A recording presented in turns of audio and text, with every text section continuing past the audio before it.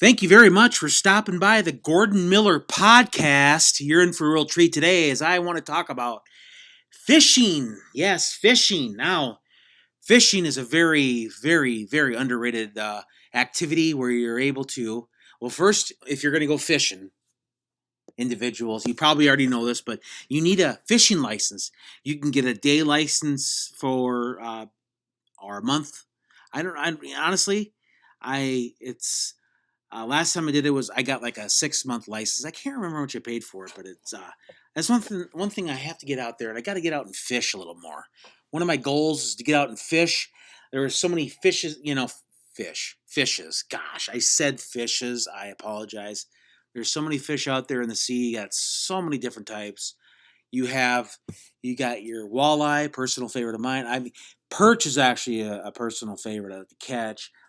Trout is another one that's kind of an underrated. They're kind of the unsung heroes of the of, of the rivers and lakes around where I live, and it's such a wonderful thing to do. It's so relaxing to fish.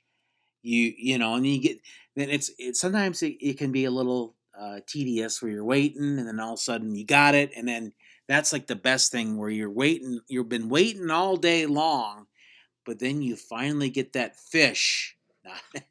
And there's obviously a limit, and I don't know, each county, city, or each area, each county and each state is different. So and then if you got to be sure if you're on a state park, or they got their own rules, and there's just a lot of plethora of things that you can do. There's certainly, you get one of the most underrated things is like I still believe they have the Bass Pro fishing and the tournaments and all that. And there's professional fishermen out there. Then you got those ice, not the ice, but you got the Alaska crab fishermen, or not crab. Sorry, you got the Alaskan fishermen. It takes a tough job. Now that's actually a tough job to do, and you're out there in the middle of the Pacific. Well, up there in the Northern Ocean or whatever ocean is they go travel. They probably go to the Pacific Ocean, but it just depends on where they're going to be at. So, but it's one of those things where there's a lot of plethora of things you can do with fish. The other thing, the other thing that really can be inconvenient is deboning the fish. And if you, the more you debone, the more you practice, the more better you become at filleting the fish, and you got to get all those bones out, and some actually don't like. I know an individual. One of my coworkers. He actually just he eats the fish and doesn't debone it. He doesn't fillet it or whatever. He doesn't do that. He just is. Oh, he almost knows exactly where the bones are. So when he eats it, he's just very careful. But you know what? Why should a person have to really concentrate on when they're eating? Obviously you don't want to. There's always that. Well, you might forget to fillet. You might forget one little part of the fish, and the fish is like I say. I mean, fish. And a lot of people don't like a lot of people don't like the fish, but you know what? A lot of times it's one of those things where do you take the time to enjoy the fish? Do you cook it properly? Now, I'm going to give you not a recipe, but I'm going to give you an idea for fishing. Now, there's called beer battered perch, and obviously there's beer that's involved, and alcohol is fine as long as you do it in moderation. But we're talking about fish here. Put the beer batter and you batter it up and you fry it, and it's. But fish is very healthy. But there's a lot of things where you have to be careful. If you can eat fried fish, and fried fish is not necessarily good for you. It's like, I mean, you would rather bake fish, and then that would be better. And then there's a lot of things you can do with olive oil. For example, olive oil, you'll be able to do wonderful things with a lot of olive oil. Olive oil, I always said that is one of the best things is to do is to cook things. But when it comes to doing things, fish is amazing with olive oil. You want to use olive oil with fish, and it comes out good. The last time I cooked some fish, I went to the supermarket. And got myself a trout, and I cooked it in this olive oil. I cooked it on this little cooker. I went over. I think it was my father's place, and I made him some trout, and he had the he had trout and walleye, and I think I had trout and walleye too. It's been a long time since that. It's been over 10 years since the last time I did that, but it's one of those things where you really it's fishing is really fun, and eating fish is the best. And there's individuals out there, believe it or not, that like to fish, but they don't like eating fish. They just like to they like it, and but they've been around fish all the time. It's probably one of those things where I know some individuals that worked like in a turkey factory, a little turkey farm factory, where they worked in that, and they just you are around turkey all the time. You just don't want to eat turkey. You know what I mean? So it's one of those things, and that's like I say, it's like a catch-22. It's a kind of a twofold process where if you do catch fish all the time, are you going to want to necessarily eat the fish? And I say yes, go for it. That's one thing I could do about fish, is I could eat fish every single day. I really, really could. I take fish oil, so I might as well eat fish. Hey, if I eat fish oil or take fish oil for our heart health and all that good stuff, wouldn't I just? What would be the inconvenience of having fish? You know, and then there's salmon. There's salmon, and a lot of times when you're in the Midwest or you're in the eastern part of the country, you're just not going to get the salmon. If you're not in the oceans, you're just not going to get the salmon. But if you live like in the northwest part of the U.S., like up there in the Washington area, Vancouver area, and then even Alaska, you're going to get some salmon up there. Salmon is really a delicacy up there. Salmon is one of the better fishes if you like like I say, there's all kinds of salmon you can do. You can do encrusted salmon. You can do a lot of things with fish, and hey, there's fish. It keeps the bears fed in Alaska. There's this um, place in Alaska where they just do this wonderful, wonderful. They feed the bears, or keeps the bears fed a lot of times. Fish, and it's really a good thing. Fish. One of the most underrated parts of this planet is the sea creatures. We don't give enough shout out. We don't give a shout out to the sea creatures, and fish. You want to really again, you want to use. It's always good to have the proper bait too when you're going to go out and fish.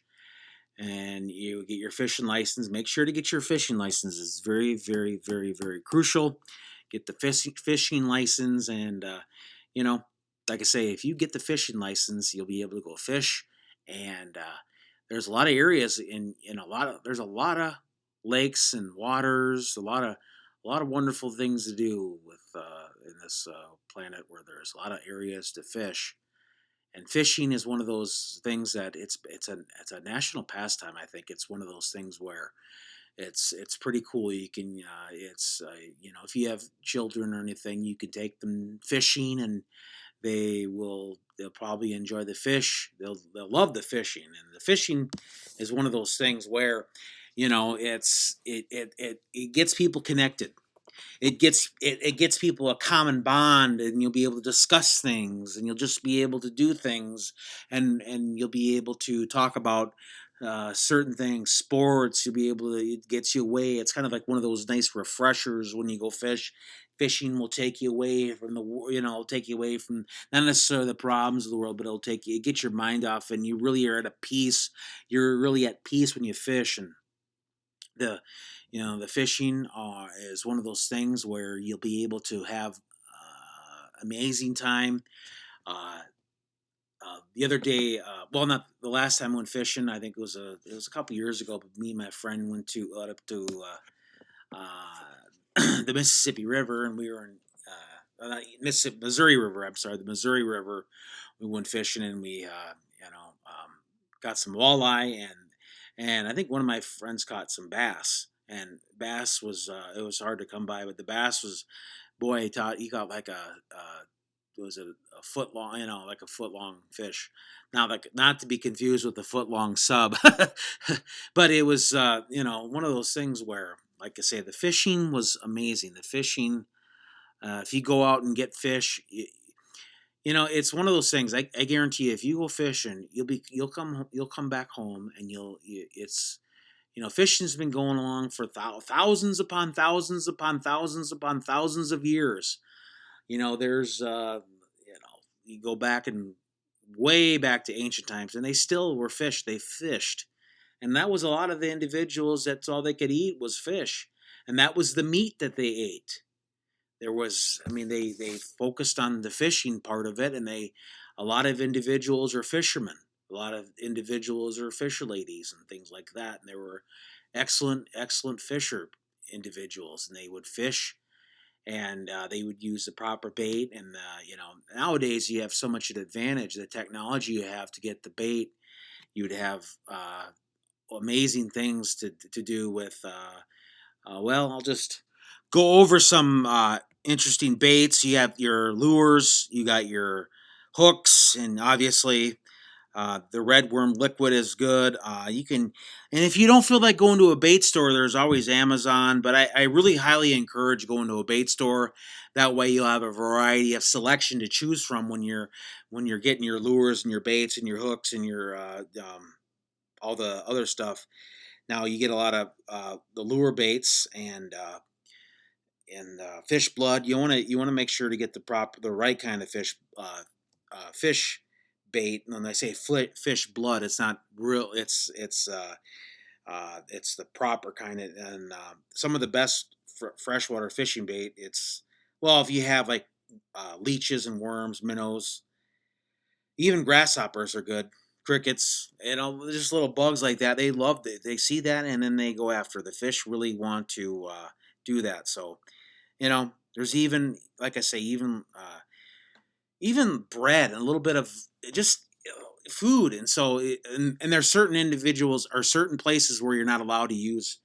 Check with your local wildlife and fishing if you want to check the county or the state, and call that number and make sure to ask what kind of lure and things acceptable, because not all places there's limits to what kind of fish blood you can use on certain baits. And when you go to the fishing, when you go to the certain lakes and rivers and even state parks. So you really want to be careful and obviously get your fishing license. I cannot stress that enough.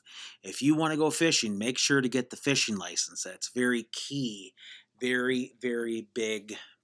A big key to fishing is to have that fishing license. You got to really look at that fishing license and really make sure it's renewed, and is it up to date? Is it expired? When you look at the fishing license, and make sure, check the date. Check your date on the phone if you have a phone, and it'll show what date is it, and then you say, okay, I'll compare it to the fishing license. What does it say? When does it expire? So always want to keep that. I can't stress that enough about that. So you have to really examine that, and if you do that, you will do well when it comes to getting fish. It all depends, and a lot of times it depends on what time of day, where you're at. If you really feel like taking along maybe a fishing advisor, or not fishing advisor, but he will direct you, a fishing director. You can take him along. It cost a little money, but hey, it's worth it. Maybe get some experience when it comes to that, and hey, you'll be happy if you are able to bring along the fishing guide, and the fishing guide person will really guide you. And there's some really good ones, and there's some really, really good ones. And just ask and search and, dig deep to look for the best fishing guide person. And maybe ask him what is the best, because it depends on what lakes and rivers, what kind of bait would be really successful when it comes. It all depends on the lake and the river.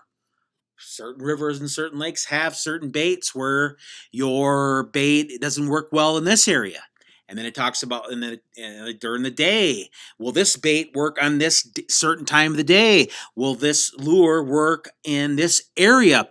There's a lot of the complexities of it.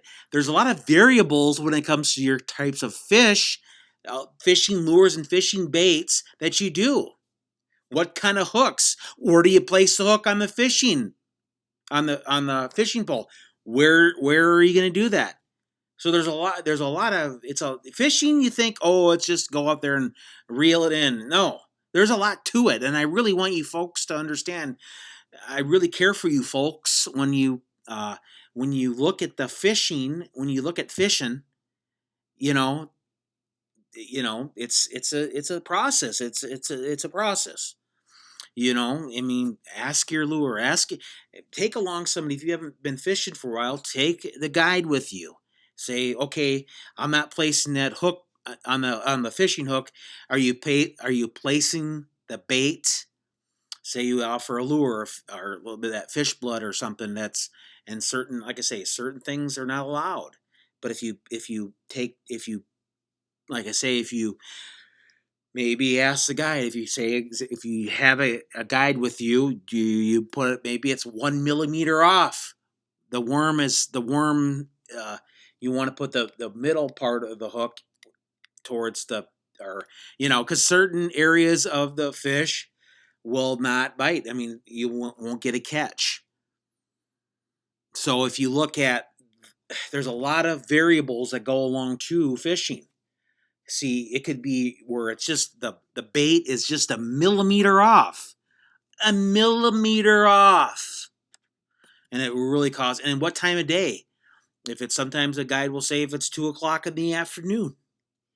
If it's 2 o'clock in the afternoon, you want to put your bait in this part of the hook. It's very crucial to understand that. And above all is have fun out there, but also to have your fishing license. I cannot stress that enough.